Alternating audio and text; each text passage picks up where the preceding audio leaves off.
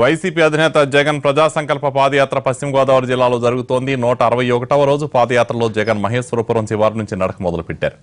ఇక్కడి నుంచి శ్రీపర్రు, గొరగలపేట, లింగారావుగూడెం వరకు యాత్ర జరిగింది. లింగారావుగూడెంలో భోజన విరామం తర్వాత మాదేపల్లి మీదుగా వెంకటాపురం చేరుకుంటారు. వెంకటాపురంలో 2000 కిలోమీటర్ల పాదయాత్ర పూర్తి చేసుకుంటున్న జగన్ పైలాను ఆవిష్కరిస్తారు. సాయంత్రం ఏలూరు పాత బస్టాండ్లో బహిరంగ సభలో పాల్గొంటారు. మరిన్ని వివరాలు మా ప్రతినిధి ఆలూరు రమేష్ అందిస్తారు. వైసీపీ అధినేత జగన్మోహన్ రెడ్డి ప్రజా సంకల్ప యాత్ర మరికొద్ది సేపట్లో ఇక్కడికి చేరుకోబోతుంది. కార్యకర్తలు ఇప్పటికే పశ్చిమ గోదావరి జిల్లాలో ఘన స్వాగతం పలికారు. మరికొద్ది సేపట్లో జగన్ ఇక్కడికి రాబోతున్నారు. పశ్చిమ గోదావరి జిల్లాలో ఎన్ని రోజులు జగన్ పర్యటించబోతున్నారు, ఈ పాదయాత్ర ఎలా సాగబోతుందనే అంశాలపై మనం ఆ పార్టీ జనరల్ సెక్రటరీ రఘురామ్ ఉన్నారు, ఆయనతో మాట్లాడదాం. ఎలా ఉంది పశ్చిమ గోదావరి జిల్లాలో, ఎటువంటి స్వాగతం లభించింది, కార్యకర్తలు ఎలా ఉన్నారు? నిన్న పశ్చిమ గోదావరి జిల్లాలో జగన్మోహన్ రెడ్డి గారు ప్రవేశించినప్పుడు సుమారు 3-4 గంటల సేపు రోడ్డంతా స్తంభించిపోయి ట్రాఫిక్ ఆగిపోవడం ఒక అపూర్వమైన స్వాగతం. ప్రతి జిల్లాలో ఒక జిల్లాని మించి ఒక జిల్లాకి జగన్మోహన్ రెడ్డి గారికి ఆదరణ లభిస్తుందనడానికి నిన్న పశ్చిమ గోదావరి జిల్లాలో లభించిన అపూర్వ స్వాగతం ఒక ఉదాహరణ అని మేము అనుకుంటున్నాం. కృష్ణా జిల్లాలో దాదాపు మీరు నెల రోజులు ఉన్నారు, అందులో 25 రోజుల దాకా ఆ పాదయాత్ర జరిగింది. ఇక్కడ పశ్చిమ గోదావరి జిల్లాలో ఎన్ని రోజులు ఉండే అవకాశం ఉంది? ఇక్కడ 25 రోజుల పాటు పాదయాత్ర ఉంటుంది. 270 కిలోమీటర్లు 13 నియోజకవర్గాల్లో పర్యటించబోతున్నారు జగన్మోహన్ రెడ్డి గారు. ఒక పోలవరం, చింతలపూడి మినహాయించి మిగతా 13 నియోజకవర్గాల్లో జగన్మోహన్ రెడ్డి గారి పర్యటన ఉంటుంది. పశ్చిమ గోదావరి జిల్లా కాస్త భిన్నమైనటువంటి జిల్లా. పూర్తిగా ఆ తెలుగుదేశం పక్షాన గత ఎన్నికల్లో ఫలితాన్ని ఇచ్చారు. మీకు ఒక్క ఎమ్మెల్యే కూడా లేనటువంటి పరిస్థితి. ఈ నేపథ్యంలో ఏ రకమైనటువంటి ఫోకస్ ఇక్కడ పెట్టబోతున్నారు? పశ్చిమ గోదావరి జిల్లా భిన్నమైన జిల్లా అనేది మేము ఖచ్చితంగా అంగీకరిస్తాం. ఏ పార్టీకి అధికారంలోకి వచ్చినా కూడా ఇక్కడ వన్ సైడ్గా ఉంటుంది. ఓడిపోయిన ప్రతిపక్షంలో ఉండే పార్టీకి 1 సీటు, 1/2 సీటు ఉండేది, కానీ మాకు 1 సీటు కూడా రాలేదు. అంతకుముందు తెలుగుదేశం పార్టీ 1 సీటుతోనే ఉండేది. రేపు రాబోయే రోజుల్లో వైఎస్ఆర్ కాంగ్రెస్ పార్టీ మొత్తం స్థానాలను కైవసం చేసుకోబోతుంది. 1 సీటు కూడా ఇక్కడ తెలుగుదేశం పార్టీకి వచ్చే అవకాశమే లేదు. ఎందుకంటే ఇక్కడ ప్రజలందరూ కూడా ఇక్కడ రోజు ఎమ్మెల్యేలు చేసే అరాచకాలకి వాళ్ళంతా కూడా చూస్తూ ఉన్నారు. ఏ రోజు జగన్మోహన్ రెడ్డి గారు వస్తారు, మాకు సరైన రీతిలో వాళ్ళందరికీ సమాధానం చెప్పాలన్న ఆలోచనలో వాళ్ళు ఉన్నారు. ఖచ్చితంగా వచ్చే ఎన్నికల్లో క్లీన్ స్వీప్ చేయబోతున్నాం ఈ జిల్లాలో. రఘురామ్ గారు, మీరు అరాచకాలని చెబుతున్న వ్యక్తులకే మంచి ఫీడ్బ్యాక్ ఉంది, సర్వేల్లో మంచి ర్యాంకులు వస్తున్నాయని తెలుగుదేశం పార్టీ అధినేత చెప్తా ఉన్నారు. ఎలా ఢీకొనబోతున్నారు వాళ్ళతో?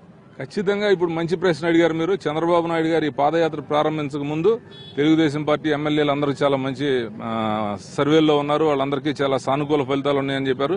కానీ నిన్నగాక మొన్న ఆయన చెప్పినప్పుడు 30 మందికి మాత్రమే అనుకూలంగా ఉంది, మిగతా అందరూ కూడా వెనకబడి ఉన్నారని చెప్పారు. ఇది జగన్మోహన్ రెడ్డి గారి పాదయాత్ర ప్రభావంగా మేము భావిస్తున్నాం. మేము ఇచ్చాపురం చేరుకునేసరికి ఆ 30 మంది చంద్రబాబుతో సహా ఆ 30 మంది కూడా సర్వేల్లో ఉండరని మేము బలంగా నమ్ముతున్నాం. ఇక్కడ 0 నుంచి ప్రారంభించాలి. పశ్చిమ గోదావరి జిల్లాలో వైసీపీ 0 నుంచి ప్రారంభించాలంటే ఏ అంశాలు ఇక్కడ ప్రధానంగా మీరు చర్చించబోతున్నారు, ఏ అంశాలపై మా ప్రభుత్వాన్ని నిలదీయబోతున్నారు? పశ్చిమ గోదావరి జిల్లాలో బలమైన నాయకత్వం ఉంది. ఇక్కడ పోలవరం ప్రాజెక్టులో, పట్టిసీమలో జరిగిన అవినీతి ఇవన్నీ కూడా ప్రజలు గమనించారు. ఇక్కడ వైఎస్ఆర్ పార్టీకి చాలా బలమైన నాయకత్వం ఉంది. మాజీ శాసనసభ్యులు అలాగే ఇప్పుడు ఎమ్మెల్సీ నాని గారు కూడా ప్రాతినిధ్యం వహిస్తున్నారు చట్టసభల నుంచి. ఖచ్చితంగా వైఎస్ఆర్ కాంగ్రెస్ పార్టీకి తెలుగుదేశాన్ని మించిన నాయకత్వం ఈ జిల్లాలో ఉంది. కార్యకర్తలు కూడా తెలుగుదేశాన్ని మించిన స్థాయిలో కార్యకర్తలు మాకున్నారు. పాదయాత్ర సాగటం మీద ఎలా అంటారు? ఎన్ని విజ్ఞప్తులు తీసుకుంటున్నారా? ఎటువంటి ఫీడ్బ్యాక్ వస్తూ ఉంది? కానీ ఎక్కువ ఏ అంశాలపై మీరు దృష్టి పెడతా ఉన్నారు? పాదయాత్ర గతంలో మేము వినటం తప్ప ఎప్పుడు చూసిన దాఖలాలు లేవు. గాంధీ గారు పాదయాత్ర చేశాడు, స్వతంత్ర సంపార్జనగా నిన్నప్పుడు గొప్పగా చెప్పుకునేవాళ్ళం. కానీ ఈ రోజు జగన్మోహన్ రెడ్డి గారు పాదయాత్ర చూసిన తర్వాత అవన్నీ కూడా చరిత్ర నెమరు వేసుకోవాల్సిన అవసరం వచ్చింది. ఒకరోజు అయితే జనాన్ని ఎవరన్నా ఒక నాయకుడు ఒకరోజు తిరిగితే చూస్తారు జనం, 2 రోజులు చూస్తే తిరుగుతారు. కానీ 8 సంవత్సరాల నుంచి నిరంతరం ప్రజల్లో ఉన్నప్పటికీ కూడా జగన్మోహన్ రెడ్డి గారికి ఏ రోజు కూడా జనాదరణ తగ్గలేదు. రోజుకి మించి రోజుకి ఆ జనాదరణ పెరుగుతుంది. ఇది ఒక్కటే జగన్మోహన్ రెడ్డి గారి పట్ల ప్రజలకున్న విశ్వాసానికి, ఆయన మీద ఉన్న నమ్మకానికి ప్రత్యేకంగా మేము భావిస్తున్నాం. ఈ పాదయాత్ర పార్టీ పరంగా మీకు ఎంత ఎఫెక్ట్ చూపించే అవకాశం ఉంది? ఎంతవరకు ఇది పార్టీకి మీకు దీన్ని విజయం వైపు తీసుకెళ్లే అవకాశం కనిపిస్తుంది?